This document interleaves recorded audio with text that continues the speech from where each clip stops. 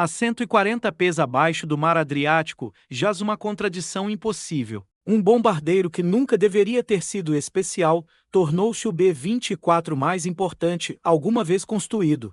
O Tucson American. O Tucson American era apenas mais um avião de guerra a sair da linha de montagem em Tulsa, Oklahoma. Exceto por um detalhe que o tornou inesquecível: cada rebite, cada painel, cada centímetro de alumínio carregava as assinaturas dos trabalhadores que o construíram, pago com os seus próprios títulos de guerra. Mas eis o que assombra os investigadores: quando encontraram os destroços em 2010, essas assinaturas ainda estavam visíveis na fuselagem corroída, juntamente com outra coisa: uma capota de paraquedas presa debaixo de uma pá de hélice perto do cockpit estava a guardar um segredo. Durante 66 anos, dentro daquela capota, estavam restos mortais que levariam mais 7 anos, numa missão internacional de recuperação que durou um mês, para extrair e identificar. Então, o que correu mal a 17 de dezembro de 1944, que foi diferente das 150 missões de combate anteriores do Tucson American?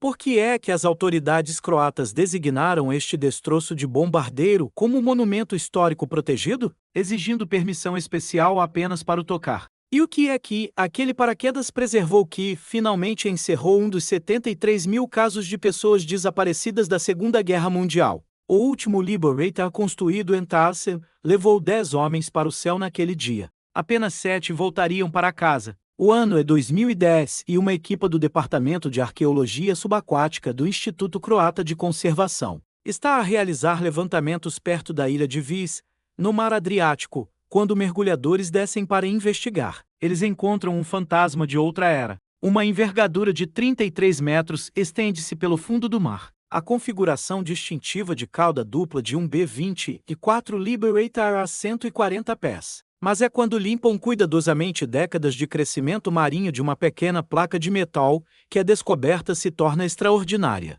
A identificação surge. Número de série 42511430, o Tucson American. Não apenas um B-24 qualquer dos 18 mil fabricados durante a guerra, mas o último construído na fábrica da Douglas Aircraft em Tulsa, em julho de 1944. Perto da secção do cockpit, eles avistam algo que os faz parar. Uma capota de paraquedas ainda parcialmente intacta, presa debaixo de uma das enormes pás da hélice. O que quer que esteja debaixo daquela capota foi protegido das correntes do Adriático desde dezembro de 1944. Antes de continuarmos, um rápido lembrete. Subscrever é a forma mais fácil de apoiar este canal, ajudando-nos a dedicar mais tempo a descobrir estas histórias submersas e a preservar a história marítima para todos os que valorizam estes capítulos esquecidos. Agora, vamos voltar ao Tucson American. Para entender por que esta descoberta é importante, precisamos de viajar de volta a julho de 1944, para a enorme instalação de produção da Douglas Aircraft Company em Tulsa, Oklahoma. Mas a construção do Tucson American foi diferente. Este bombardeiro foi financiado inteiramente por títulos de guerra comprados pelos próprios trabalhadores da fábrica e pelos cidadãos de Tulsa.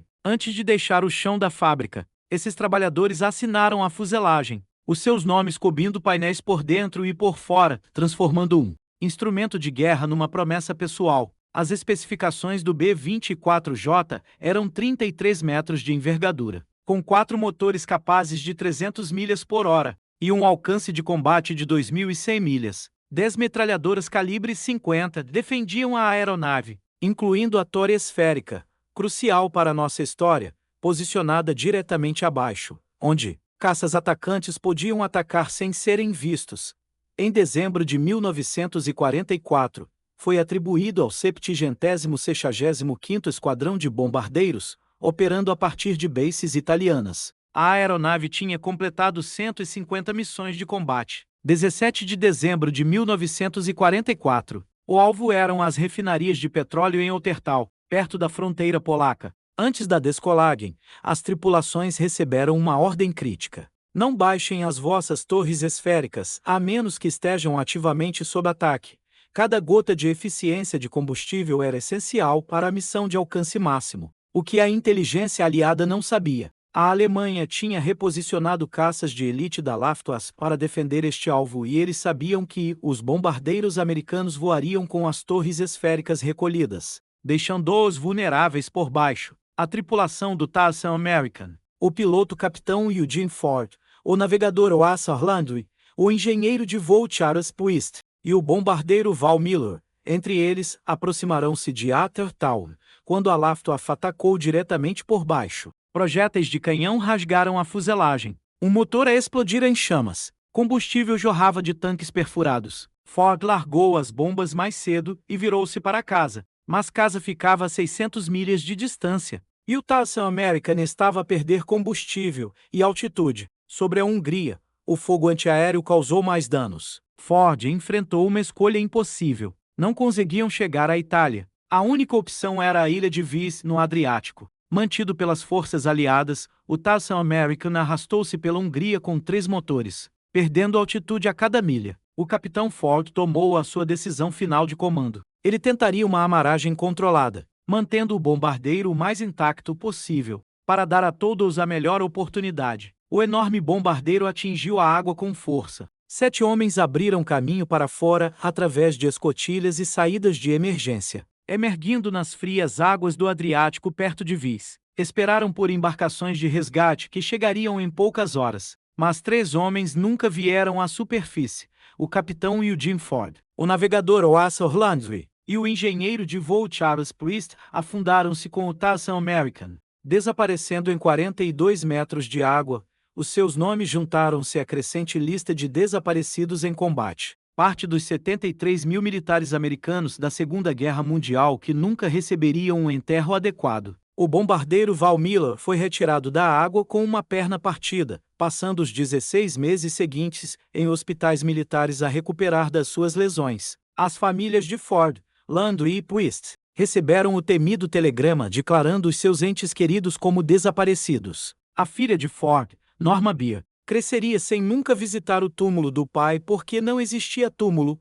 O Tarsan American assentou relativamente intacto no fundo do mar. A água fria e o ambiente de baixo oxigênio, protegendo os destroços de uma rápida deterioração. As assinaturas dos trabalhadores permaneceram visíveis em secções protegidas. O paraquedas, que se revelaria crucial 7 décadas depois, permaneceu preso sob a pá da hélice, protegendo o que cobria das correntes do Adriático. Quando a tecnologia de sonar de varredura lateral e magnetômetro avançou ao ponto em que levantamentos sistemáticos do Adriático se tornaram viáveis, os arqueólogos subaquáticos do Instituto Croata de Conservação realizaram múltiplas passagens de mapeamento. Quando confirmaram a identidade da aeronave através daquela placa de identificação, com o número de série 42511430, o governo croata designou imediatamente o local como monumento histórico protegido. Qualquer perturbação futura exigiria permissão especial e cooperação internacional, que foi exatamente o que aconteceu em 2017. A defesa dos Estados Unidos, a agência de contabilidade DPA, lançou uma operação de recuperação de 1 mês com o apoio da Marinha Croata.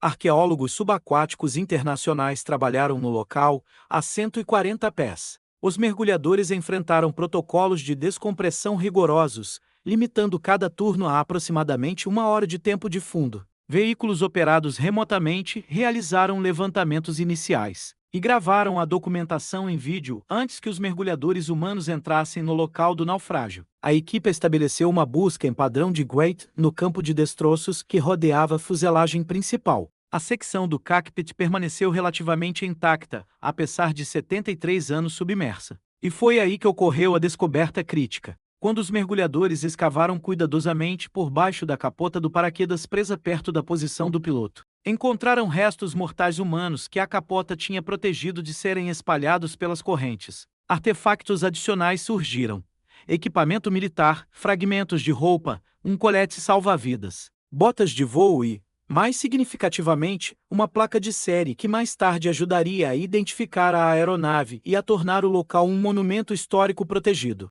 Um anel de casamento de ouro foi recuperado.